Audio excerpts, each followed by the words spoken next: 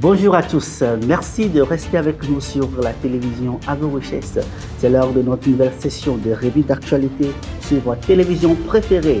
Votre rendez-vous privilégié pour donc décoder l'actualité foisonnante du monde agricole. Je suis Yoshua Domedi, votre présentateur de la journée. Je serai donc en compagnie de Mme Pavel Chamabé tout au long de cette nouvelle section.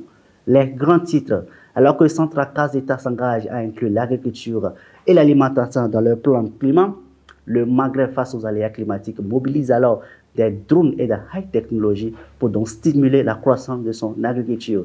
En Côte d'Ivoire, la CEDEAO appuie la formation des jeunes au métier de la banane plantain. Alors, la 28e édition de la conférence du climat qui se tient actuellement à Dubaï et 134 États s'engagent alors à inclure l'agriculture et l'alimentation dans leur plan climat. C'est depuis des mois que les Émirats unis négocient une déclaration largement adoptée ce vendredi 1er décembre sur la transition des systèmes alimentaires, qui est donc un enjeu longtemps négligé dans des négociations climatiques. Alors, Mme Pavel Chamabé, quelles sont les avancées ou les décisions importantes qui ont été prises jusqu'à présent? Bonsoir et merci de me recevoir encore sur les antennes de votre télévision. Alors, aux premières heures de la conférence climat de l'ONU, la surprise générale a été la mise sur pied de ce fonds consacré à la réparation des catastrophes climatiques. Les ONG et les experts saluent d'ailleurs cette victoire, mais ils savent qu'il reste encore beaucoup à faire pour le rendre réellement utile. C'est en tout cas de bon augure pour désormais progresser sur les autres dossiers chauds comme les énergies fossiles. L'un des enjeux du sommet a été concrétisé dès l'ouverture de la COP, notamment la mise en œuvre d'un fonds destiné à compenser les pertes et dommages des pays particulièrement vulnérables face aux désastres climatiques et historiques moins responsables du réchauffement planétaire, a été approuvé par l'ensemble des représentants des États. L'Union européenne s'engage donc à verser 245,39 millions de dollars au fonds pertes et dommages. Merci Pavel de nous rapporter ces décisions juste à la première édition de cette 28e conférence internationale pour le climat. Alors cette année, la présidence émirative veut faire donc de l'agriculture un sujet central de la grand-messe sur le climat. Dès la deuxième journée de la 28e conférence mondiale sur le climat, la COP 28, le vendredi 1er décembre, l'État hôte a donc fait signer tous les 134 pays, parmi lesquels la Chine, le Brésil, les États-Unis et les 27 autres membres de l'Union européenne sont donc inclus en un engagement à donc inclure l'agriculture et l'alimentation dans leur plan climat d'ici 2025. Alors, face aux aléas climatiques, le Maghreb mobilise des drones et des high technologies pour donc soutenir son agriculture. En Tunisie et ailleurs dans le Maghreb, les agriculteurs se tournent vers la high technologie pour donc lutter contre les effets du réchauffement climatique. La Tunisie, le Maroc, l'Algérie, la Libye sont donc parmi les top 33 mondiales des pays confrontés au stress qui donc s'aggrave d'une année en année selon l'Institut américain World Resources Institute. Alors la question suivante est donc, Mme Pavel Chamabé, quels sont donc les effets ou bien les avantages concrets que les agriculteurs du Maghreb, en particulier celles de la Tunisie, peuvent donc tirer de l'utilisation des drones et des autres technologies de pointe dans le contexte du changement climatique, et également quels sont les impacts de ces innovations sur la durabilité et la résilience de l'agriculture dans ces pays.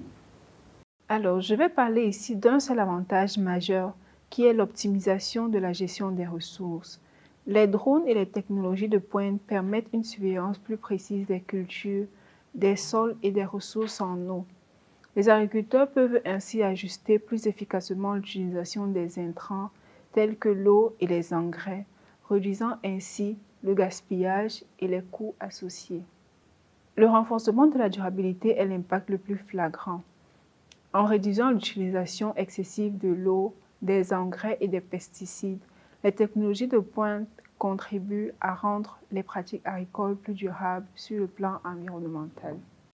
Merci beaucoup, Mme Pavel Chamabé. Alors, le point 3 de notre nouvelle session de revue d'actualité, donc, se figurer donc en Côte d'Ivoire. La CEDEAO mobilise une appui dans la formation des jeunes dans la culture de bananes plantées. La CNRA, qui est donc le Centre national de recherche agronomique en Côte d'Ivoire, donc mobilise la formation des jeunes dans le domaine de la banane plantée. Cette formation s'est donc tenue du 12 au 24 novembre 2023 dans la ville en Côte d'Ivoire. Cette conférence vise donc à accroître l'employabilité des jeunes agro-sylvo-pastoraux. Alors aussi, Madame Pavel est toujours là. La question est donc, quels sont les principaux éléments de la formation dispensée par le Centre national de recherche agronomique, la CNRA, aux jeunes dans le domaine de la production et de la transformation de plantes, Pavel? Les chercheurs du Centre national de recherche agronomique ont par ailleurs stimulé l'esprit entrepreneurial des apprenants en présentant divers mets confectionnés à base de farine de banane plante, tels que des gâteaux, du pain, des biscuits, des galettes et même du couscous, offrant ainsi des idées innovantes et intéressantes de transformation de la banane plante. Merci beaucoup. Si vous êtes là. Alors, quelles sont les implications directes de cette initiative sur le pays? Ce projet vise donc à long terme à dynamiser le secteur agricole ivoirien en dotant les jeunes des outils nécessaires pour s'engager dans une agriculture moderne et durable, et ce, dans l'optique de l'industrialisation du secteur et de la sécurité alimentaire. Merci beaucoup de nous rapporter ces faits sur notre télévision préférée Agro-Richesse. Ce serait donc tout pour cette nouvelle session de revue d'actualité sur votre télévision préférée. Je vous remercie, téléspectateurs. Et je remercie également Thias Group, qui est donc une société internationale de transformation agro-industrielle, également KAIS, qui est donc une plateforme de vente des machines et des produits agricoles. Merci beaucoup et à la prochaine.